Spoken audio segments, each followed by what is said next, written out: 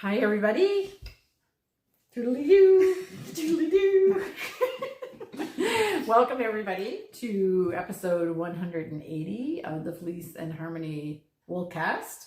We're still in at the news desk, even though it's 12 degrees. That's why the air conditioning came on this morning. Oh, couldn't believe it. So I think I said the last time that the sun shines in the window right onto the thermostat. Yes. So I was freezing in my bed in the air conditioning. So we need to fix that somehow. Anyway, this is a Woolcast, and we're recording it in the farmhouse on the sheep farm in Belfast, Prince Edward Island, Canada. And we usually would be recording in our yarn shop in the woolen mill on the farm, but it's peak tourist season, so it's been taking us 4 hours to do a podcast. So we come in here in the summer. Well, we don't want to get in the way of their shopping. No, that's true, and everybody feels uncomfortable, and so it's just easier this way. Yeah. And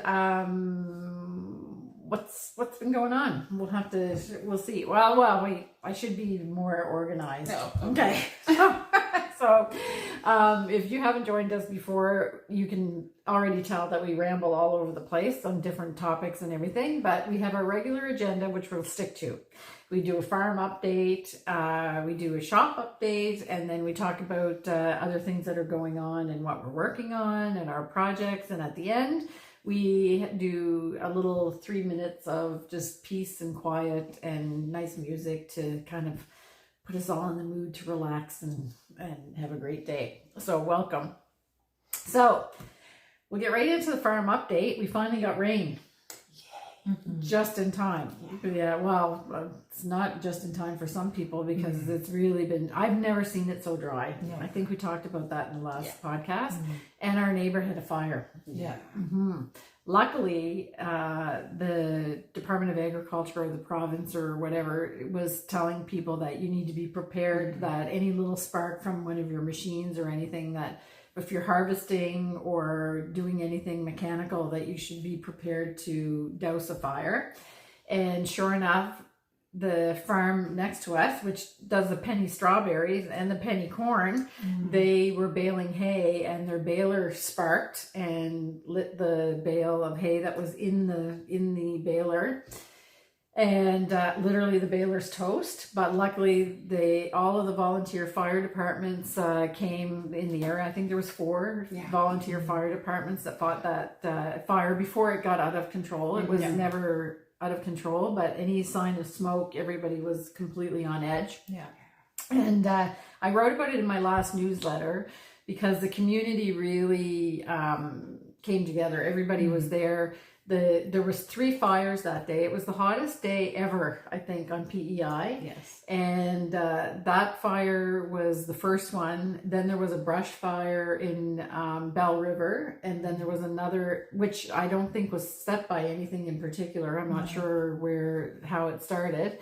And then there was later, after they were all just getting that out, there was a fire in Wood Islands as well, just in the brush. And those 4 fire departments, volunteer fire departments, fought all 3 of those fires. They were off their feet. So they had a really busy day, and Cooper's store stayed open until all the fires were out in case people needed anything. And when I wrote about it in my newsletter, somebody asked if they could donate to the volunteer fire department. So for the Belfast Fire Department, I can tell you, I will put the email address underneath on the screen here. If you want to donate to the Volunteer Fire Department, you can do that with an e-transfer at this email. But I'm told if you're local, Gala Design Studio on the highway when you're coming from the ferry towards us, you'll see her. She also runs the post office. She's got a fire booth there, and you can just put cash in there if you want. So I think everybody really understood the work and the effort and everything that these people do. Just, they all have other jobs, and they volunteer to train. Like they're really well trained and everything. So it was really scary. Then we got rain, which was good news, except it came with a thunder and lightning storm. Luckily, I don't know of anything that happened with the thunder and lightning. It was kind of that, I didn't see bolts of lightning, but it's kind of that lightning that's up above the clouds, like sheet lightning. Yeah. So luckily that drenched the area where we are, but you guys didn't hardly get any rain. We didn't get a ton, no. No, things are still pretty dry. Yeah. One of the ladies up at the church was telling me the report was it went 2 inches into the ground. Oh, wow. Okay. Yeah. Not very far. Not very far, but something to at least kind of Wet the top. Yeah. And the grass recovery rate is crazy. I thought it was my imagination until you said something, because I woke up and I put the blinds up in my room and I said, Ken, the grass actually looks greener. Oh, yeah. And it was like at 7 o'clock in the morning and it really greened up fast. And then we've had more rain since then. Yeah. So have you been getting rain in Murray Harbor too then? A little bit more. Yeah, okay. So we're not out of danger yet because everything is just so dry, but it's better. Yes. We're sleeping a little bit better because it was really, really kind of frightening. That was just, and we still have a lot of wood or down in the forest and stuff like that because of Fiona. Right. Well, even just once they've harvested any of the barley, the wheat, there's that little bit that's left kind of lying there, and that will go up so fast and just like it just run down the line. Yeah, exactly.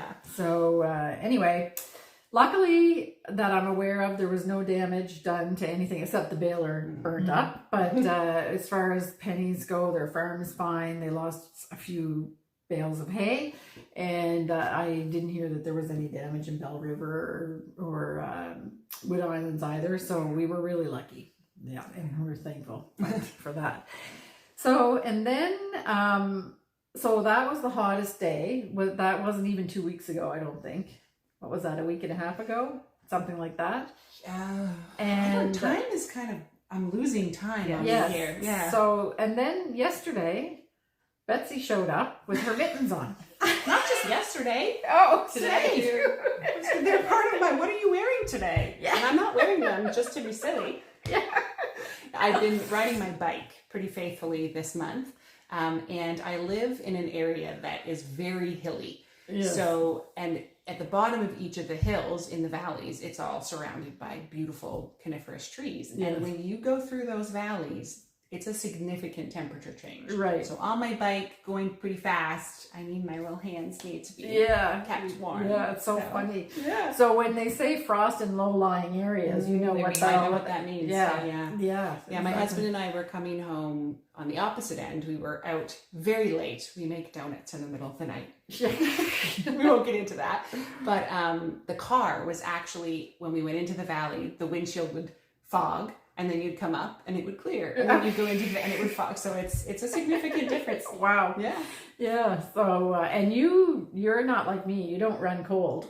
No. So when you showed up with your cute little mittens, then... I had to take my socks off so I wouldn't get too hot sitting here. Oh, okay. All right. And what are you up to? Just...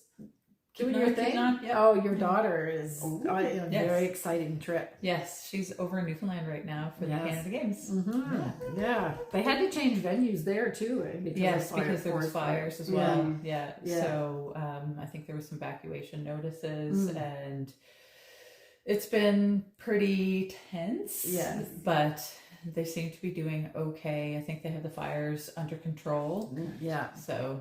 Yeah, thoughts are with the Newfoundlanders and the fires. Yeah, exactly.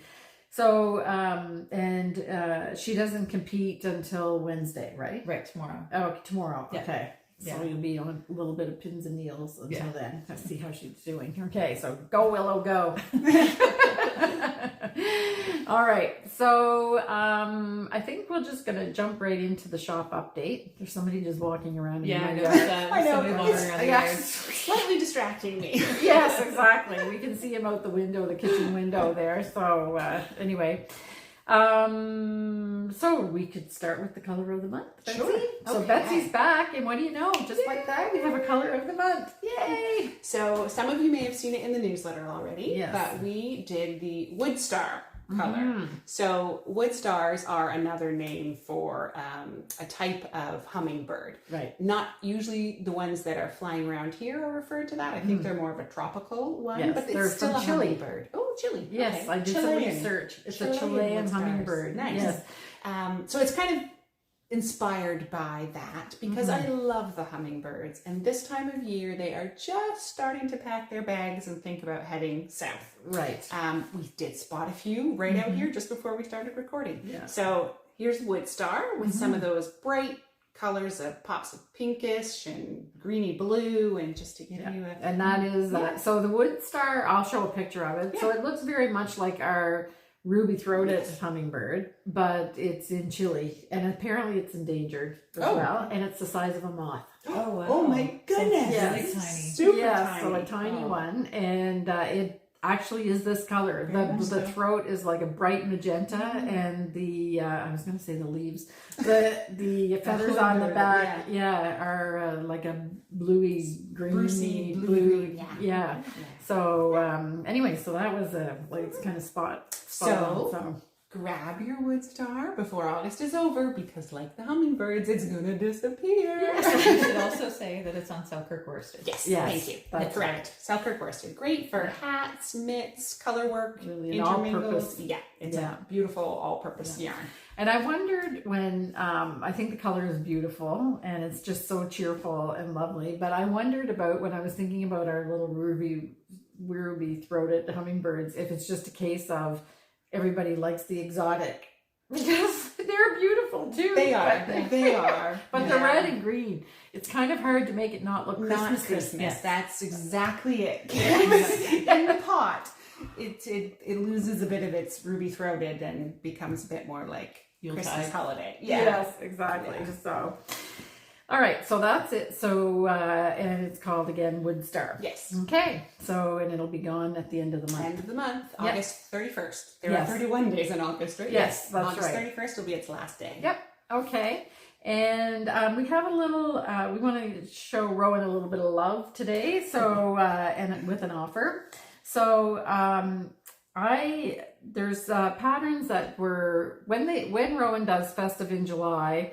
There was a charge this time, and before it used to be free, but there is a charge for the classes and everything and the patterns in 2025 when they just did it. It's finished, obviously, but we got access to some of the patterns for free from the previous years as well, which are now just up for sale on the Rowan website. So we decided to do a little giveaway. So we chose one of the patterns, and it's a cushion, and it's called the Pine Forest Cushion, that's been written by Martin Story. And I just did a black and white print because I wanted to talk about the yarns a little bit, and but I've showed a picture here of it. So there's in the pattern, there's two different colorways. You can make it in just two colors. So they're suggesting lotus leaf and stone for the green one that they're showing. And the idea here is that you just choose one as the main color and you use the other one as the contrast, and you just use, wherever there's pattern, you just use the contrast. It's pretty self-evident. So that's a color that they're deciding, but I can think of about 100 other different combinations. Like you have, if you look at, start with Rage, then it's made in felted tweed, I should say. So if you start it with Rage, which is red, and then you put clay with it, that would be a nice cheery one. This is scarlet in clay, so you can do that kind of any number of combinations with two colors. And but they also do a color work one that has 5 colors. So what they're suggesting is it's kind of a little bit of a different kind of combination. So you just have that pop of red with more muted colors. So you could do that, but picking 5 colors is not that difficult. So if you wanted to do purples, or if you wanted to do greens, and it's pretty easy to pick 5 other colors. And in this case, the clay is the main color, and then all these are worked in stripes of different motifs. Yeah. So it'd be pretty easy. So if you wanted to just take it immediately more autumnal, you could put like mineral in there, which is a yellow cumin. Yeah. Lots of different options. Yeah. Or you could put cinnamon, which would go with these kind of color. Anyway, there's any number of things you could do. And so the multicolored one requires 8 balls of yarn because you need to buy one of each of these. So I'm thinking you could get more than one cushion out of your balls. But the main color requires 4 balls. So if you buy, we're going to say a minimum of 6, because with the 2-color one, you only need six balls. So if you buy six balls of felted tweed to do the cushion, and you put the pattern in your box, we'll give you 10% off the yarn as well. So you're getting the pattern for free, and you're getting a 10% discount on the felted tweed. And I'm should have it all set up automatically in the system, so when you place the order, then the key will be to put the pattern in your box, your cart. Okay. Yep. Good. Okay. So just to be clear, the pattern is you need to purchase the yarn to get the pattern for free. You can't just purchase the pattern. You have to buy the yarn, and the pattern is free. And this will be for a limited time. We'll keep it running for about 2 weeks or so. Okay, so that's a nice little spark of incentive to get your Christmas knitting done, and it's a fun, manageable project. So or started. Yeah, started. yes. You started and then done. Yes, exactly. Okay. So, and I think that's it for the shop update. We have that color that we're working on. We're really going like full tilt, getting ready for the Fiber Festival, like doing all of the things. And I think this year we will not be bringing Rowan to the Fiber Festival. We'll just be bringing our own yarn and having a booth with that. And we're coming up with some special things for the Fiber Festival that we might give you a sneak peek later. Okay. All right.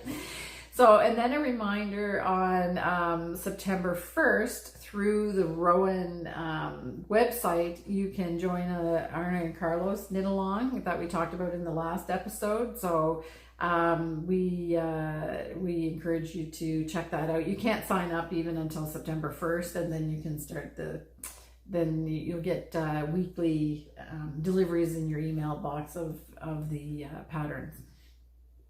Okay. And then Simone, you wanted to do a shout out to a make along that we forgot to do what we said we were going to do. We didn't forget, we were just a little bit busy. Yeah, okay. I forgot. I forgot, and you were probably stressing out because you didn't get it done. Yeah. So we finished our critter knit and crochet along, and we had a lot of really lovely projects that people shared, like so many cute little critters. So we wanted to share a slideshow of all of the fun things that were created and posted in the group. So take it away, Kim. Yes, slideshow. Yeah, here we go with the slideshow.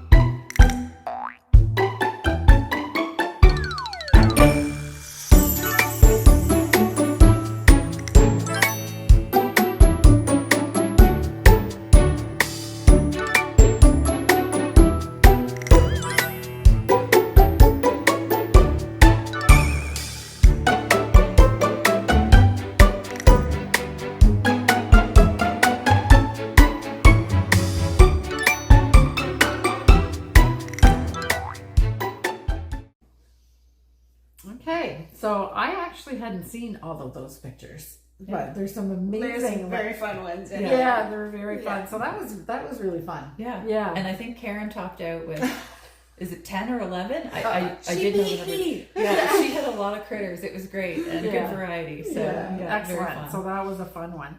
And we are going to do another make along, but we'll talk about that a little bit later.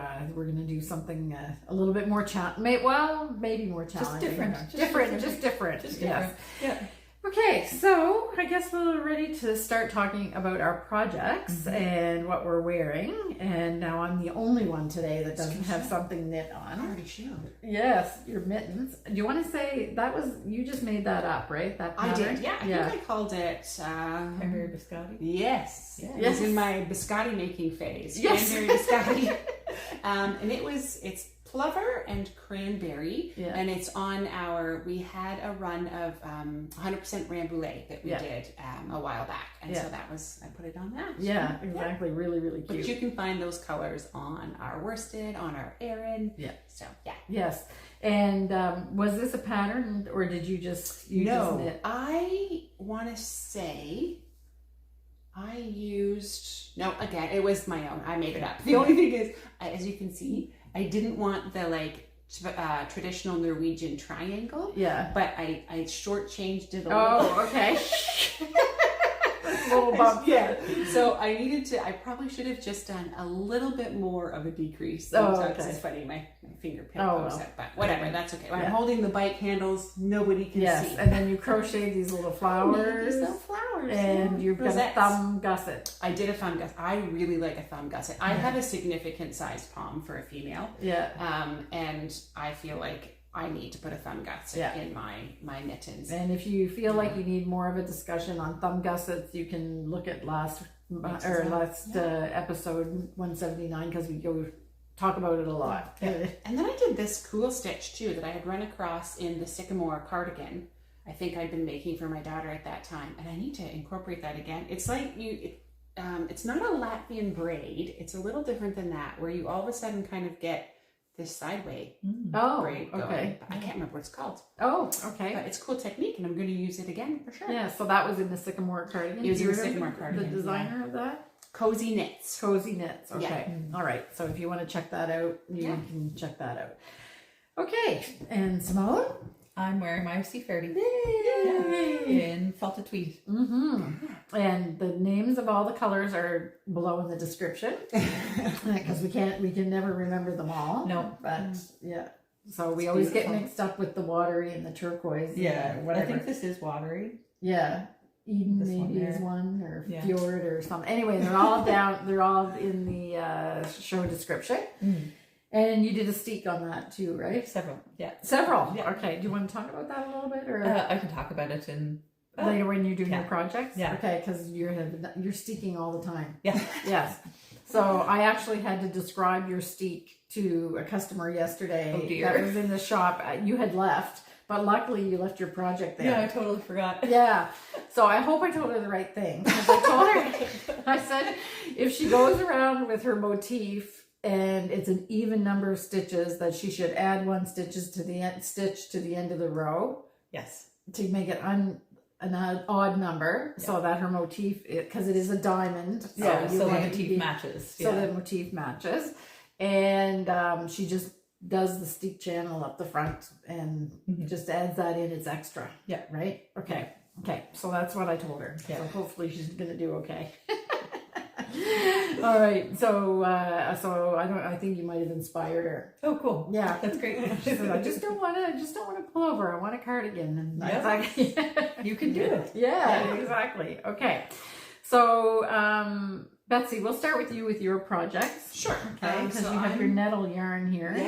Yeah, and I'm still working on it. So it's a bit slow going, Okay. but that's okay, because I'm learning and also accepting that when you design something, to have the expectation that you are going to cast on and just knit it is unrealistic. Okay. Especially since I'm trying to really make it fit my body. Right.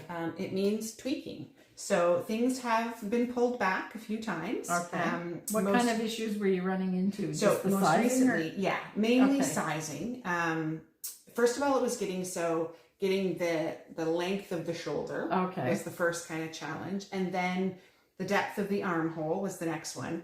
And then because my shoulders are quite broad, I have a significant difference in the measurement between my overarm, which is a measurement we took all the time when I worked in a men's tuxedo department. What is that? I don't even know. So it's around the outside. So we always do the bust measurement as women, but for men, you do the overarm. All the way around. You don't just measure the chest.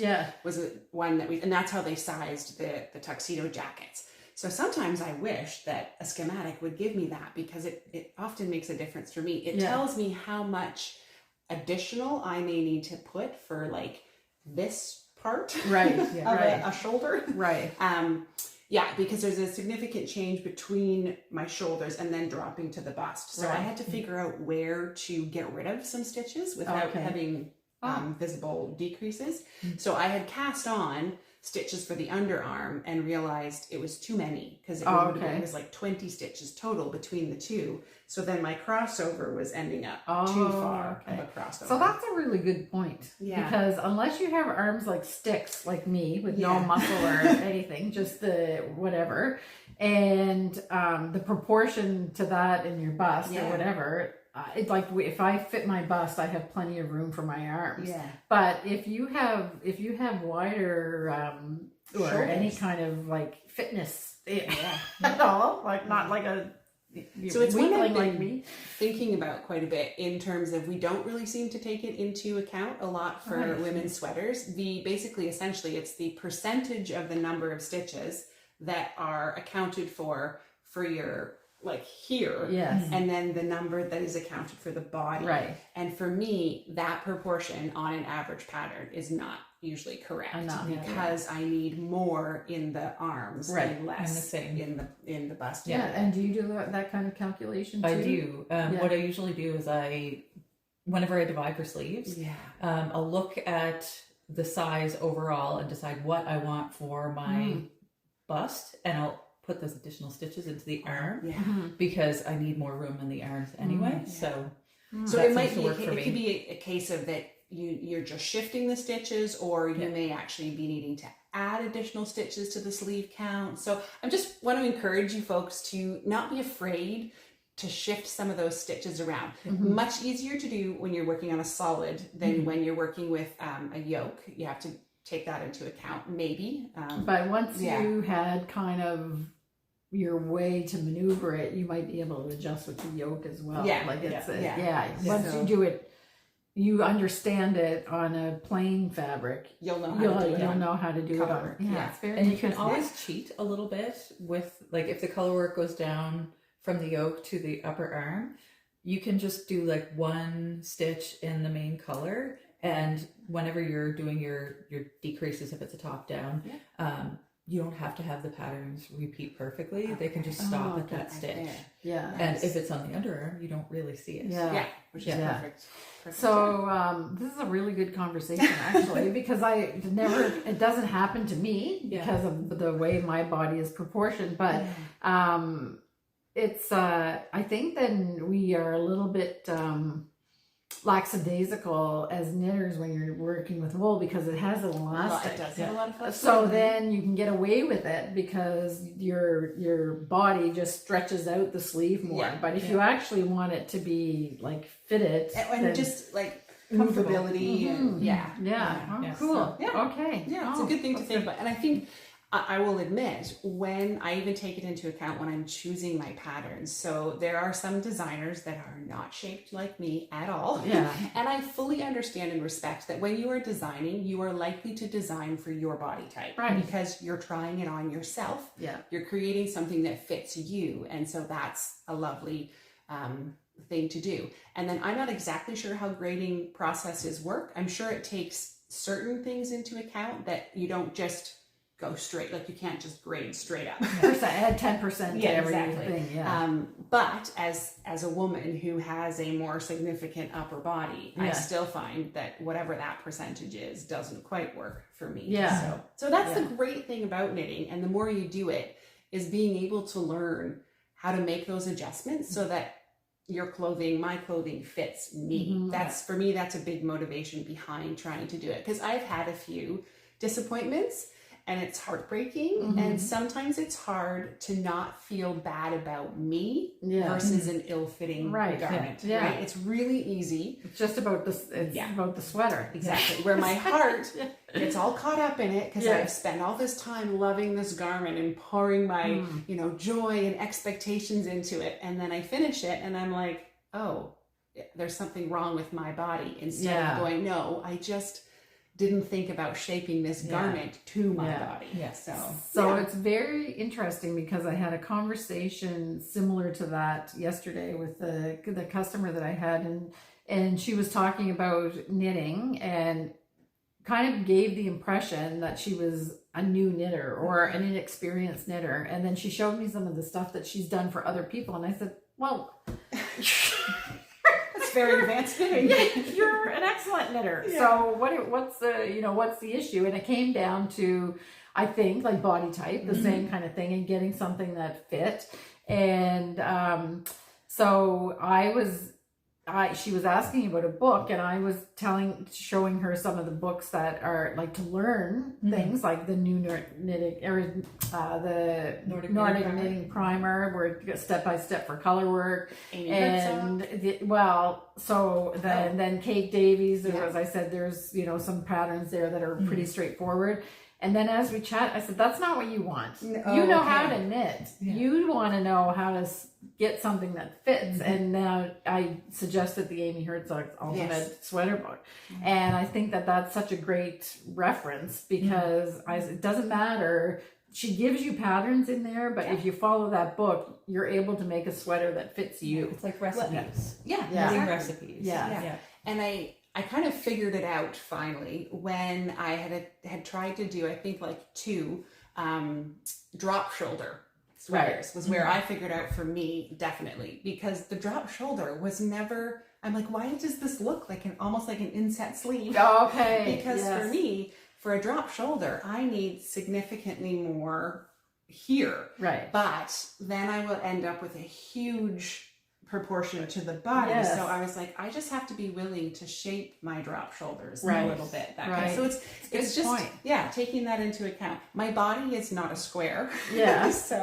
It's not, and even if you did shape it into a square, there are parts of it that are going to fill that square out more than other parts. And so, and unless you don't mind that square at all, and having some parts fitted and others more oversized than you want, you have to be willing to do some increasing and decreasing in spots. Yeah. So what advice could we get? Is don't be afraid to really just say, like, figure out what your body type is and where you might be out of the range of what the average is or whatever, and then learn how to compensate for that. You'll just be much and then books like the Ultimate Sweater book, I think, are ones that if you're not, some people it's intuitive, I think, and I think people that sew have a little bit better understanding advantage than rather than knitters that are just knitters. The sewing, because you don't have the flexibility, you have to have, if you're sewing with fabric that's not stretchy, you have to have the proportions. It's cut. Exactly. So so that's where knitters maybe get a little bit of a leeway, kind of a bit of a free pass, as long as you're not, doing something that just doesn't suit your body type or whatever. And I think my advice to start, maybe don't assume that you're going to start just designing your own sweater completely from scratch. So being willing to knit a sweater twice is definitely a good beginning, because you'll get a feel for the pattern the first time, and then the second time you can make some of those adjustments. So sometimes what I've done, what it just meant the first few times I tried it, was simply taking the stitch count from different sections of the pattern for different sizes. Okay. So even though my bust size might say something, if I'm starting with a top-down sweater, I've figured out that I probably need actually about 2 sizes up to fit the overarm and for then the chest gradually and then I have to find places to bring that back down to the stitch count for my bust size. Right. So it might be in eliminating a few in the underarm, or if you need the space there, it might just be doing some decreases discreetly down through the side. So it's just figuring out those places where you can move it around. And if you don't want to have to do all the math yourself, like I said, you can still refer to those original stitch counts. Right. But just kind of you're picking the pieces of the pattern that you need, the different sizes. Yeah. So the other thing that happened was that she said she wanted something that was big and loose. And I said, well, how much ease do you want? Like, how much positive ease do you want? And she didn't really know. And I said, well, okay, so let's do an exercise. So I just had a t-shirt on. So I said, I'm going to show you, I knit for a 41 bust. That's what I knit for, because I like the way that usually they finish circumferences around 42 or 43 in that size range. So I said, you know, you have to be careful about when you say that you want something big and loose, because you can get stuck. Some of those patterns have like 10 inches of ease, but you need to have a good understanding of what that looks like if you did. So what we did yesterday in the store was I took the measuring tape and I went 41 inches, and then I said, I'll show you what 4 inches of positive ease looks like. And it was significant. Yeah. I said, so that's, if you don't want something that's really like verging into the, you know, super casual. I was going to say sloppy, but I want, because I like fitted stuff mostly, but it's not sloppy. It's just the look that you want. Yeah. But 4 inches is quite a lot. Yeah. The other thing when you're working with oversized that you really want to take into account too is how much drape and flow is in the fabric you're creating. That's what I should have said instead of do you how much want draping do you want? When you're picturing your oversized sweater, do you want it to behave like a stiff hoodie that is made out of a solid kind of heavy knit fleece? Or are you looking for something that's made out of like a French terry cloth, which has a lot more flow to it? Yeah. So, because I have one shirt that's quite oversized and I've been trying to recreate it in knitting for quite a while. And I finally figured out, in order to do that, I'm going to need to knit with something very drapey and very fine. Oh, okay. Because it's a sweatshirt look, but it's what they call the French terry cloth, I think. So it has a lot of drape and it's quite thin. Okay. So I was like, I'm trying to create something, an idea or a vision that I want, but I'm using the completely wrong fabric. Right. So there is stuff you want to take into account. Like how is that fabric going to lie on you? Where is it going to continue to sort of stand up on its own on your body? Where is it going to lean against the body? Where is it going to continue to just sort of do its own thing? So, lots of things to take into account. Yes. But I mean, I think that the first part, now we've kind of gone like deeper into that, but your first comment is really, I honestly have never really even thought of it like that. So it's if you get that part, and you don't have to do all of this at once. No. You learn the arm part, and then you don't have to think about that anymore. And then anyway, you can also use the stitches per inches idea. So you figure out how many stitches per inch, and then you kind of reverse engineer. So you can look at the pattern and see, you know, when it reaches, like if it's top down, when it reaches its widest point, how big it actually will be in a particular size, and then you can adjust from there. And it goes the same for the bust as well. So that's a really valuable little nugget to keep in mind whenever you're doing sweater modifications. Yeah. And you could do the opposite as well. So if you had narrower shoulder but a bigger bust, then you're knitting for your bust and your shoulders are always too big. Yeah. So then that might not be the look you want, but you can do the same thing. So if you are really interested in knitting modifications, I'll put a little plug in here for another podcaster, also known as Nora Knits, spends a significant amount of time talking about the modifications that she does to sweaters, and she is really deep diving into this, and I appreciate it. We have, I would say, it's not a similar build, but neither of us are super petite, so it's really nice to have someone who has a similar approach to knitting. Type. Yeah. Excellent. Okay, good. So I've said this before, that Simone and Betsy get together and then they talk about what we want to talk about. And there was Favorite games? Oh, because I was saying I didn't get a lot of knitting done this week. Oh, because before you start that, Sure. So did you finish talking about this? I did, yeah. So Yeah. I should just say, I brought together the underarms. So you increase the size of the underarms from the original length, so they're longer because again, I have more width from the top to the bottom of my arm, so I had to increase that. Yeah. And then I actually took stitches out from under here to try to bring the bust back in. Yeah, and you increased and I lengthened the saddle part. Yeah. Okay. Excellent. So now it's back together. So I haven't actually tried it on. I had done this, knit a bit, and I gripped it back. Now I'll need to try it on again and see if I'm getting closer to what I want. Yeah. Good. Excellent. So, what is favorite game? So I was telling Simone that we had been visiting Matthew's family, and his mom had dug out some older games, and we thought it'd be fun to mention them to see if any of you folks knew what we were talking about.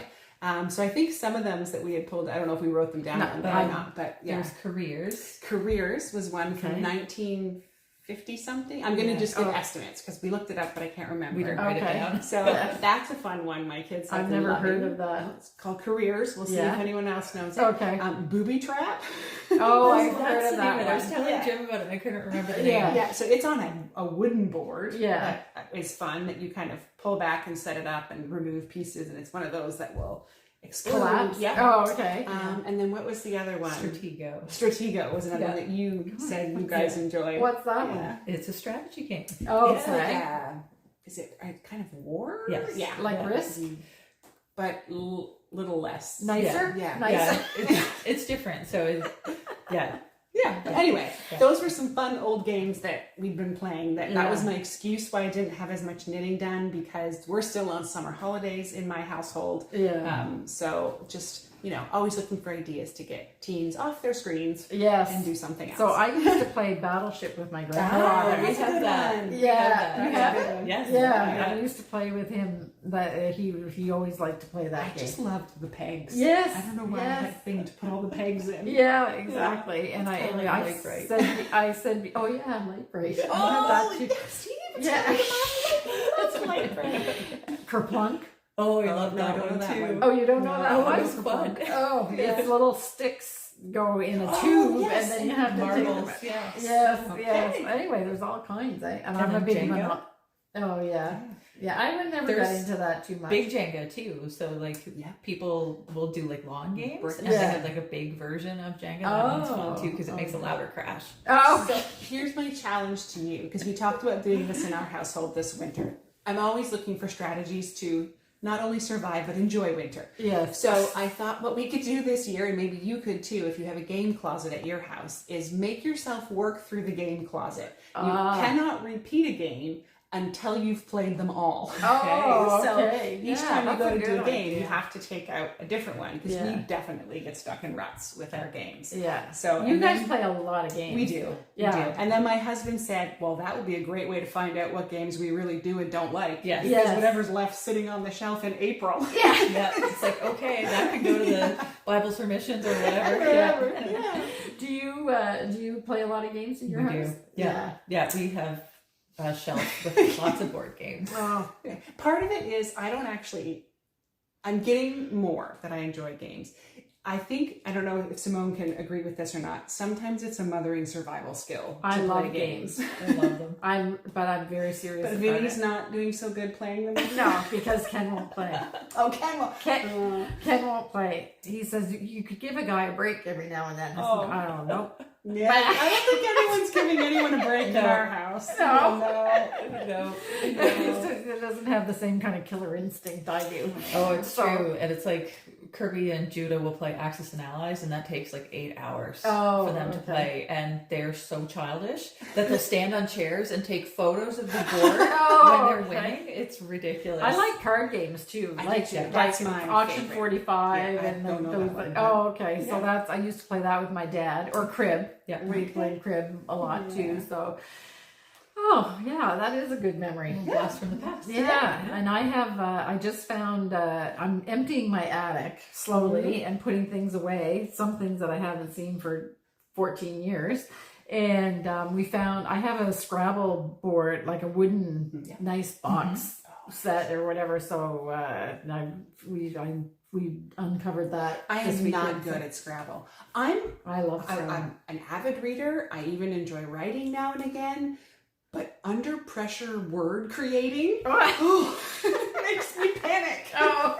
That would be a good game for you to haul out at Christmas time when your mom comes to visit. Yeah. Scrabble? Yeah. We play Lectureless online all the time. Yeah. So.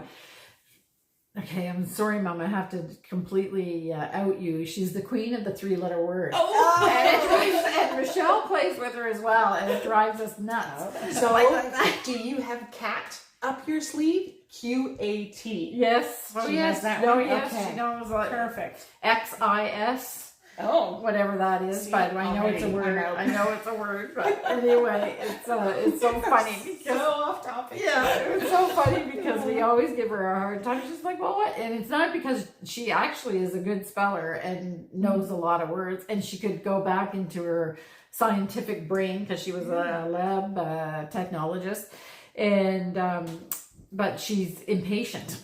Well, and it's really, Scrabble isn't as much about creating beautiful words as it is using up your letters and getting good points. Yes. Yeah. Going for the triple word score. Yeah. Anyway, so that's fun. That is a fun topic. Okay. So I'm next on the agenda, and I'm still working on my You Can Do It. So I remembered after we finished the last episode, I haven't showed what the sweater that I'm trying to recreate in a while. So this is for regular viewers, you know that this is a 25-year-old sweater that I love, but it has got lots of acrylic in it and just a smidge of cotton, I think, and wool, but I wanted to do it in natural fibers. So I am recreating that sweater on my own, motivated by my 2 compadres here because I thought there was pieces together. I was getting excited. No. So it's the sleeves, and so I've started the motif here. Sure. Yeah, it's not that slippery actually, but I do have I'm doing them 2 at a time. So I'm just at the row now where I'm starting to go in to do the triangle basically for the raglan part, and then. So just to be clear for people that haven't seen this before, the front and the back are all done to the same level. Once I start the raglan and I just do another half of this little motif here, that they'll all be at the same height. So where on here will you be? So I'll be here. Okay. Right where this light blue line ends and the dark blue line comes in. So then I have to pick another motif. So I have to decide, and I'm using the Salbu Patterns book to pick out the different motifs because I didn't, I'm using this as a template. So I tried to keep it as close to this as possible. So just so I didn't get lost and have to rip out too many times. But I chose different motifs, and so I have to choose another one, or I'll repeat one that I already have I did one that was kind of similar here that came out of the Salbu pattern book. So I'll just decide what I'll do about that, and I am doing it as a turtleneck as well. So anyway, so I have that'll be easy though. Cotton cashmere and alpaca classic. Yes, held together. So to mimic the tweedy effect of the yarn that's in my sweater, and the cotton blend and everything minus the acrylic, I'm using cotton cashmere from Rowan and alpaca classic. And I started to ball them up. So alpaca classic is a cotton and alpaca yarn that has a lot of fuzz. Think kind of silk haze, but with cotton and alpaca. And then the cotton cashmere is like a cotton, a loosely plied cotton yarn. So the 2 of them together are making up the sweater. So it just has a little bit of halo and a tweedy effect. It's going to be a nice warm sweater. Yes. Yeah, nice. Yeah. And I was doing the balls separately, but I just found that it's easier to wind them off on my Nostopin with the 2 threads together, because it's just, especially as you get to the end, ridiculous amount of balls all over the place. Yes, exactly. And then we're tangling up, and then you've got them going. Yes. So she doesn't seem to be as interested when it's just like silk. No, exactly. So I'm working away on that. Okay, and then Simone. Yep. You have to answer a couple questions. Okay. That way. So the first question that was asked in the last episode was, are you going to do I didn't the Lunenburg. Are you going to show that? Yep. Yeah. Okay. Sorry. Are you going to do a steak sandwich? I'm thinking I will. Okay. Yeah. So this is my version of the Lunenburg pullover, which I've turned into a cardigan. Right. And I'm using some lichen and lace that I had in my stash. I knit the sweater a few years ago as a pullover, and I had enough of the yoke yarn to knit the yoke a second time. So I just dug around and I came up with enough stash in the ginger colorway to continue. And somebody asked, the yarn is lichen and lace. Is it rustic? Is that what it's called? Rustic Feather Sport. Okay. Yeah. Yeah. So it's actually the call for yarn for the pattern. So that made it pretty easy. Yeah. So yes, this is it. I've cut the front steek and I'm working on the sleeves now. So this is my shop knitting now. Yes. Because it's stockinette. Yeah. So that's it. Okay. So then you are going to do a steak sandwich. I think I will. Okay. I picked up the band and I used the same size needles that I knit the sweater on, and I was not happy with the kind of like looseness of it, so I pulled it out and I decided I was going to drop at least one needle size, but then I got thinking about it, and I do like a sturdy button band, so I think I will probably do the steak sandwich and incorporate buttonholes this time into it. So is the steak sandwich the one where you go the long way around? So it's like knit in the, Kate Davies has you knit the front and then pick up along the bottom and knit that and then join with an I-cord. Okay. But I found it just as easy to knit it in the round. That way, when you're done, you're done. I was going to say, I'll be so curious to see that, because I can't, my brain just can't picture how you, because once you've picked up the one way, how do you pick up on the other side? So you're going to pick up all the way here with your needle, and then flip it over. That's the front one of the front flaps. Okay. And then you're going to flip it over, and with probably another needle with a long cord, you're going to pick up the bumps here and then just knit it in the round. This raw edge is in between, sandwiched. Is that a Jennifer Beal thing? Oh, you're picking up the bumps from your front pickup. Yes. Okay, I got it. So you put your needle through, and you can pick up and knit. Yeah. That's usually what I do, just because it's a little bit easier. But it works really well, and it keeps everything secure, and then you don't have to worry about sewing up the ends. Yeah. And that whole thing, and everything is done when it's done. And it gives, if you were to do ribbing, it gives a vertical ribbing, right? Yeah.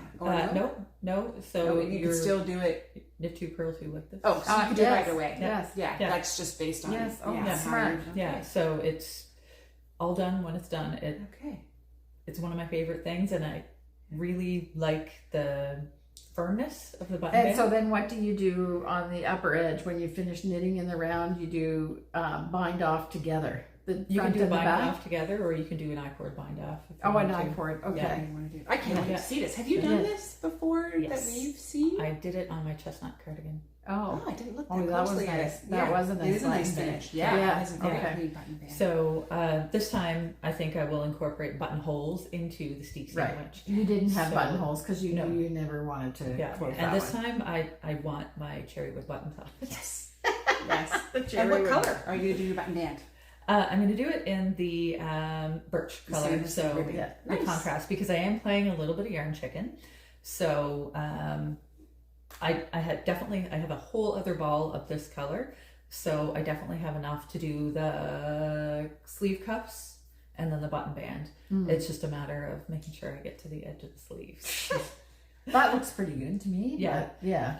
I think I have one more ball, but I don't have it here with me. So. Okay, because there's a little bit left here. Okay. I am helical knitting, so this is a whole thing. I guess it's probably not the simplest project, but once you start with the helical knitting, it's just, you know, you're going in the round, right? Yeah. So because it is hand dyed, and there are definitely variations in this, you can see I did helical knitting for the body. So it's a tonal yarn. So oh my goodness, everything is all over the place here. It's a tonal yarn, so you do get a little bit of striping, but I wanted to make sure that there wasn't a big difference between balls. Yeah. I am doing the same with this one, and it is hand dyed, And this is 2 different dye lots. 2 different dye lots, and it just does. I love how it just blends everything together. Yeah. So same And thing. is yours 2 different dye lots too? No, it's the same, but it's just hand dyed. Yeah, So, exactly. Okay, perfect. And I do like the little flecks of darker color through it. It's fun. Yeah, nice. Yeah. Okay, so we'll stay tuned for that. Yeah. Once you're set up for helical knitting, it is not difficult at all. No. Watch a few tutorials, and like I said, once you get going, you kind of don't even think realize about you're it. doing Yeah, it. the alternating. Other than things. juggling 2 balls on your lap. Yeah. But And the only thing that I was concerned about with the sleeve, with the helical knitting, is running into an increase, but I'll fudge it. If that happens. Yeah. It hasn't happened yet, but Yeah. Then you just So- shift your stitches. Yeah. So just to be clear, when you're helical knitting, you're changing, you're slipping a couple stitches as you come to the end of the row to get into the other one. So, and it makes jogless stripes and all kinds of things. It's a good. Anyway, we have a tutorial on that. Yeah. So, okay. So then. Your sea Faerdy, all done. So I finished it. Cute. And this was a steeked vest, so steeks for the armholes and steeks for the neckline. That was easy peasy. So I don't know why it took me so long to knit. You were not. Yeah. So how do you do doing steeks? How do you do steeks for the neckline? Right Is here. it seamed?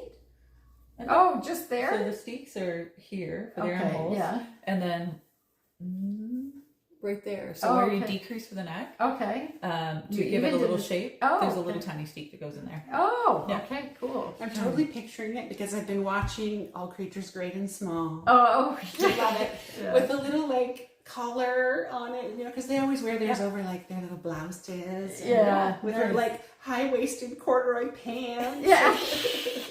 Yeah, nice. Simone can sew some corduroy pants. Yeah. Someday. Yeah. I need to work up my skills there. And I don't have that, you know, I could modify knitting just fine, but I don't have that forethought and knowledge yet. Intuition. Yeah. I don't have that puzzle piece. I have Worked no out yet. doubt that whenever you are ready, you will conquer it Yeah, without much difficulty. I'm pretty sure too. Yeah. I am very confident. Yeah, exactly. Oh, I should say this is the Sea Faerdy by Gudrun Johnson. Yeah. Because I don't know if I mentioned that or not. You said the name, I think, just Yeah. not her. Yeah. The Yeah. designer. So highly recommend. It's a very fun knit. And You like her pattern writing do. too, don't you? Yeah. I think her vests are having a heyday because I saw Finish Knitting was also knitting one of her vests that she had too. She does a lot of them. she's working on a book, another book. Oh, And I think it will be predominantly vests. She Oh, released a podcast episode talking about it. So oh, cool. Yeah. All right. all about the vests. Okay. And then you've got something new, Yes. but you have a little thing that you want Yeah. to do. So we are going to start another knit along. So it has been a while since we did like an official knit along. Yeah. The last one was the Marie Wallen, Yes. which was it ended in 2024, February 2024. Yeah. So it's been a hot minute. Okay. Yeah. Pretty So much all our minutes are hot. Right? Yeah. It does fly. we did the feature on Nim Teasdale in the last episode, and we got a lot of really lovely comments about people saying that they want to knit one of her designs as well. So we thought, why not make it make along? Right. So the details are as follows. I have my little cheat sheet here. Yeah. It begins 12:01 a.m. August 22nd. I know I have a jump, but it's all good. I would be up at that time starting. Yeah. And it ends February 20th, 2026 at 5 p.m. Atlantic time. Because there's prizes. We're precise because we're having there's prizes. Yes. Yeah. So with our kind of more off the cuff, fun little knit-alongs, make-alongs. Yeah. They're a little looser. This one is, you know, we have to have firm guidelines. Yeah. So there are 158 designs to choose from. So that's not an insignificant amount. No. There should be something there for almost anybody. Mm-hmm. And she has a variety. So lace, texture, cables, slip stitch color work, the whole gamut. And some of the designs are more lace heavy than others. Mm-hmm. Some are more texture heavy, and some have just different little options. So there's a lot of variety. And also the yarn weights that she chooses for her projects. So they range from lace weight to bulky, with the most of them in the light fingering to DK range. And even within that range, she'll say that, you know, you can use a light fingering, a fingering, or a sport weight for this particular project. So that's really helpful. It means that you can use a lot of different types of yarns for it. So if somebody wants to knit one of those projects with our yarn, point prim sock seems to me to be a good one, because with a little bit of mohair, it makes it nice and drapey. Yeah, exactly. And lace, we have the Eldon lace. Yes. And then if you want the Selkirk worsted, we call it worsted, but it's a light worsted. Yeah. So it's kind of verging on DK. Yeah. So you will probably be able to do any DK weight shawls in the Selkirk worsted if you wanted to. And then we also have in the Rowan lines, we have Rowan fine lace, we have kid silk haze, we have felted tweed. That's technically DK, but I think it's a fingering. Yeah, to me it's more like a sport weight. Yeah. So those are good options. Pretty much anything that we have in the Rowan lines will work, with the exception of the really bulky stuff. Yeah. So like big wool, probably not going to find too many projects to suit that. But Yeah. there are a lot of options yarn wise. And I've set up the Ravelry threads already. So we'll treat it the same way as we have the knit-alongs in the past, where we have one thread with the information and discussion. So you can share what you're planning on making, any like tips and tricks you found along the way, questions that you want to throw out to other knitters, that kind of thing. And then we have our finished project thread, which is marked as a no chat, so that we will pull the prizes from that one. So if you do post in the wrong thread, please don't be offended if I move your post to the proper one. Yeah, you just want to make sure you're in the running for the prize. Exactly. Yeah, we want to make sure that, you know, everything stays organized. Yeah. And the prizes, our first prize will get a $50 gift certificate to our store. And that way you can choose whatever you want. Yes. Second and third prizes are the same, and they will be a $25 gift certificate. Right. So get knitting. Yes, and you've already started. I did. I'm so surprised that this is the one, because I heard the name of this shawl like 17 times. You were just itching to do it. Yes. I was so bad that I pretty much had it picked out in my head, and I looked at different colors, and I did my window trick. So trying to figure out what color I wanted. Walking by the window in the shop. Yeah. And then I finally just decided. So I picked up the yarn Friday, right before I left work for the day, and I have started on my Lothlorien. Yes. That's impressive. That shawl is impressive. So it's a crescent shaped shawl, and this one is very lace heavy. I'm knitting it in Kid Silk Haze in the caramel colorway. And I'm almost through my first ball of Kid Silk Haze. Wow. How many is it going to be? It's a larger shawl, so it's probably going to be 6. Okay. Yeah. It's beautiful. And I was a little bit worried about how distinct the lace would be, but it's perfect. Yeah. Beautiful. Yeah. And it will be much better whenever it's blocked as well. So I always love and get discouraged all at the same time with shawls, because at the very beginning they grow so quickly. Yeah. And then all of a sudden it's like 300 stitches this way. How many stitches does this have at the end? Do you know? I haven't even It's looked huge. yet. Yeah, It's because huge. it's a large I love shawl. that too. Yeah.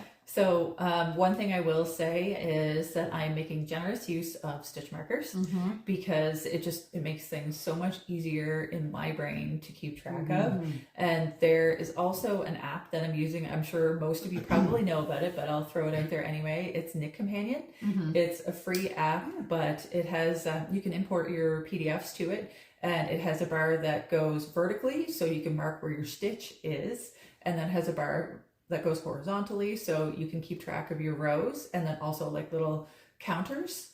So I'm finding that really helpful for keeping track of exactly where I am. So, you know, if this happens at my house all the time, a cat wants in or out, so I have to get up, I have to put my knitting down, get up. So I just mark wherever I am, do whatever it is I have to do, and then I can come back to it. So have you used Knit Companion a lot? I haven't heard you talk about it. More recently, just for things like this, and I did use it the odd time when we were doing the blanket. Oh, okay. But I find that for lace especially, because I don't do lace so often, it's really handy. This is a me issue, but whenever I knit more than 5 stitches, I'm like, oh, I gotta catch my float. Wait a minute, I'm using one color.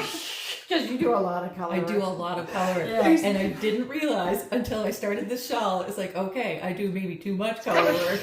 Looking to catch floats that aren't even there. Exactly. That's good. It's so nice. In Knit Companion, I have it as well, and it keeps asking every time I open my cross stitch patterns, would you like to drop this into Knit Companion? No, I'm good, thanks. Yeah. So I have to ask you, because there's like little eyelets and bigger eyelets, how many yarn overs are the big eyelets? Double yarn overs. Double yarn overs. Yeah. Okay. So it's nice and open. Yeah. Ooh, that's beautiful. what gets me about lace, is being able to fix those when you... Well, then you just have to do lifelines. And Chiagu makes it easy because you can put dental floss in that little hole and just knit with it. Don't put dental floss that is coated with wax. Why?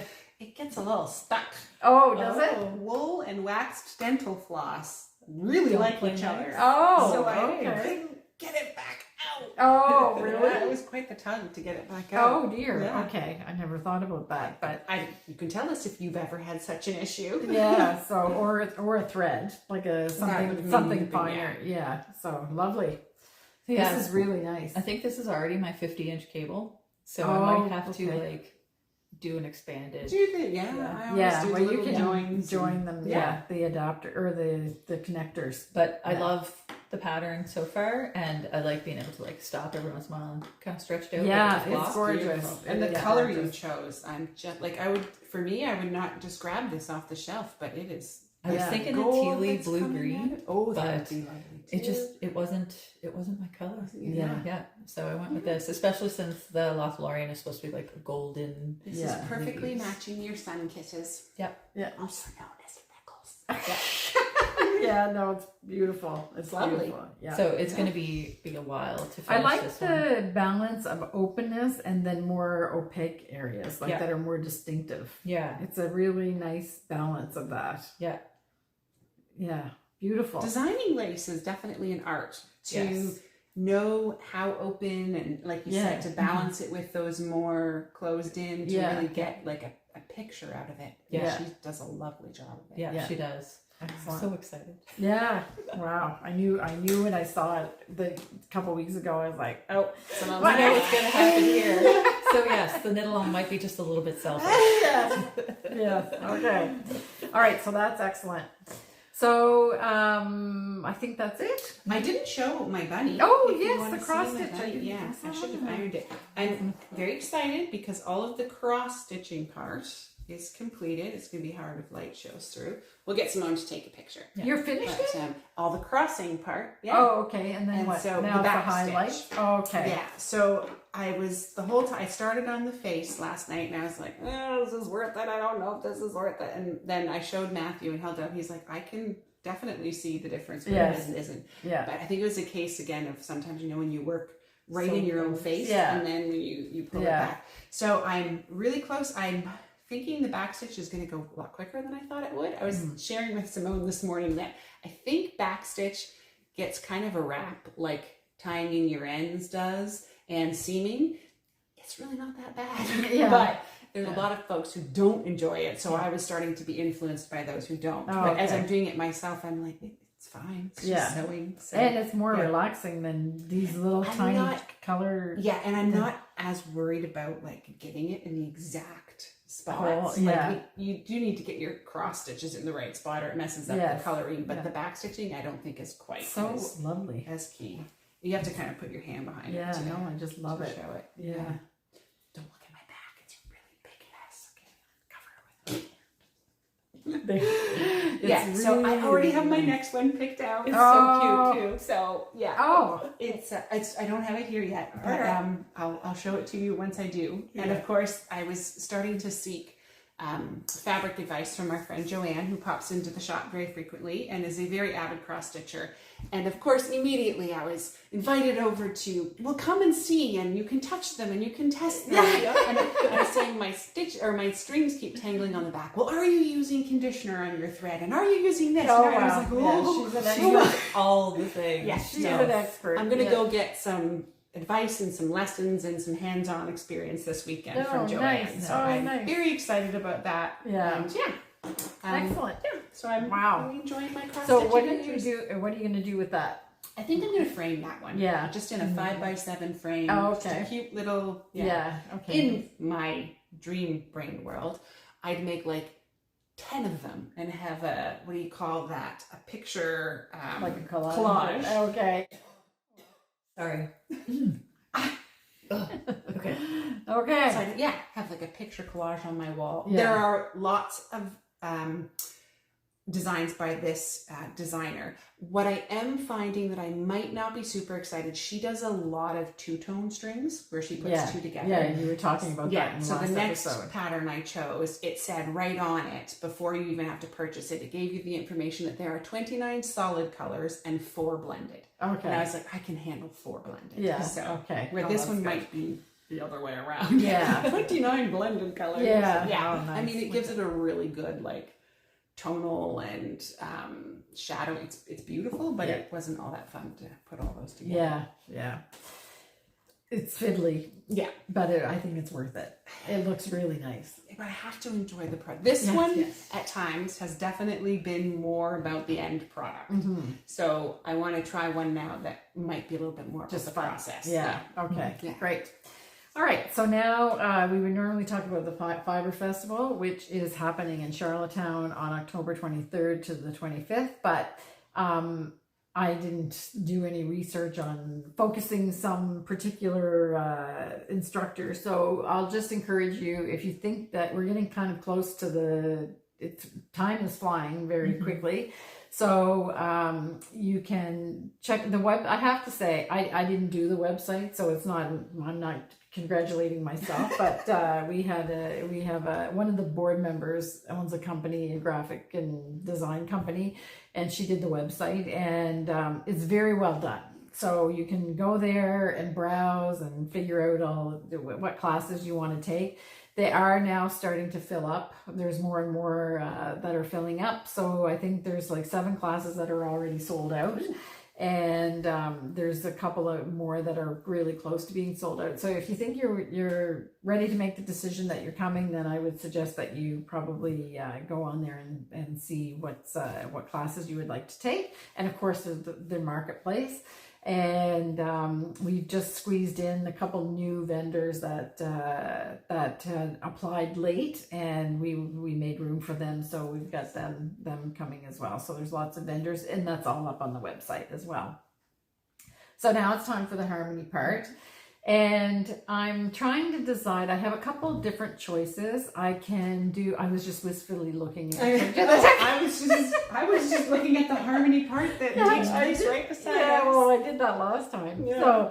So, at your suggestion. But I think I've been thinking a lot about the stars. And I think I might actually go out, if I don't get eaten by mosquitoes, and take a view of what our night sky looks like if I have a good night to do it, because I don't think you'll have to worry about the mosquitoes, because I think at night we are reaching the magic below 9 degrees, which is what takes them out. Oh, is it? Yeah. Oh, okay. You've done some research. Oh, yeah, because I need to know when those suckers are going to be gone. Yeah, literally bloodsuckers. Yeah. Anyway, so I can remember, sometimes you forget about how wondrous things can be. And I can remember when we first moved here from the city, and the night sky is just really, we've done moon pictures and everything, but if it comes out on my camera, I hope that I'll be able to do that. August is also a really good month to do it. I remember Matthew and I used to refer to it as the season of the falling stars. Yes. I think those are over, unfortunately. Is it the Persidian? Yeah, Persidian. Yeah, I used meteor to. showers, the meteor. It'll still be beautiful. Yes. And it's really like, think of the darkest navy velvet that you can think of, and just all the stars. Little tiny bit disappointing because a lot of them move now. Ken said, "What's that? That's not a plane." I said, "No, that's a satellite. They're everywhere, and you can really see them here. Like it's." I was like, and then there's an app that you have on your phone. You can. It's a free thing that you can get called the Sky at Night. Oh, did you know that? No, I use Sky Guide. And I really love it. Yeah. So you, I think it's kind of like a quasi-government agency. Like somehow it looks like officially like the Canadian government website, but it's not. It's got probably Environment Canada or something like that.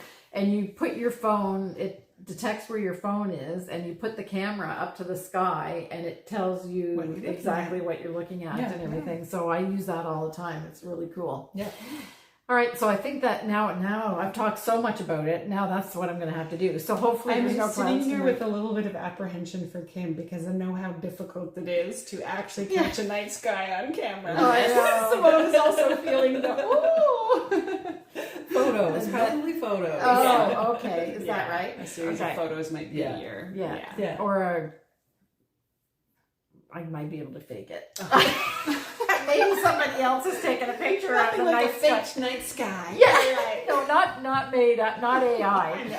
But maybe somebody else has done some work. Yeah. So yeah.